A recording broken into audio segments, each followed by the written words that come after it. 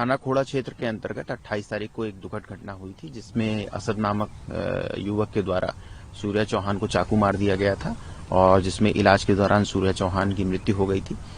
उनके परिजनों के द्वारा दी गई तहरीर के आधार पर 5 लोगों के विरुद्ध थाना खोड़ा में सुसंगत धाराओं में मुकदमा पंजीकृत किया गया था और शीघ्रता से कार्रवाई करते हुए इसमें 3 मुख्य आरोपियों को गिरफ्तार कर लिया गया था।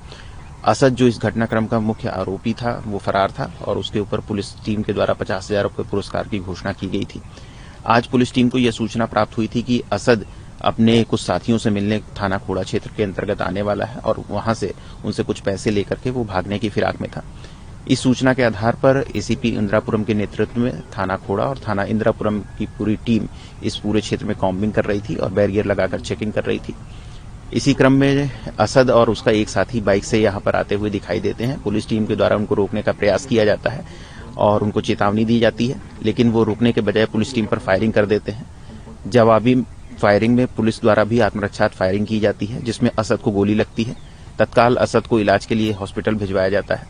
इस पूरे घटनाक्रम में एक्सचेंज ऑफ फायर में हमारे एक कांस्टेबल भी घायल होता है, जिसको अस्पताल पहुंचाया गया है। असद का जो दूसरा साथी था वो मौके का फायदा उठाकर भागने में कामयाब होता है। असद की जो बाइक है वो बरामद यहाँ पे की गई है और जो उसने पिस्टल जिससे फायर किया था उसको भी बरामद कर लिया गया है। पुलिस के द्वारा संपूर्ण घटनाक्रम की विधिवत जांच करके अग्रिम विधिक कार्रवाई की जा रही है। एनकाउंटर कहाँ हुआ है सर? एक का ही तो मुझे दिखाई दिया, फिर मुझे तस्वीर तो अभी दिखाई दी नहीं गई है। मुझे तस्वीर, असद की तस्वीर मेरे आंखों के सामने लाई जाए। आपने जो मांग की थी एनकाउंटर की, वो तो पूरी कर दी है? हाँ, वो कर दिया, लेकिन मेरे सामने मुझे तसल्ली जब होगी जब मुझे तस्वीर दिखाई जाएगी। बाकी उसके परिवार के साथ में लड़के थे उनका भी एनकाउंटर इसी प्रकार होना चाहिए जैसे इसका हुआ। क्यों उनने सबने मिलकर, किसी ने मेरे बच्चे का गले हाथ पकड़े हैं, किसी ने गला पकड़ा है, किसी ने 7 लड़कों ने मिलकर किया है। तो सबका एनकाउंटर इसी तरह होना चाहिए और सबके घरों पे बुलडोजर चलना चाहिए। आज आप मुख्यमंत्री योगी आदित्यनाथ से मिलने जा रहे हैं, तो उसको लेकर कुछ कहेंगे?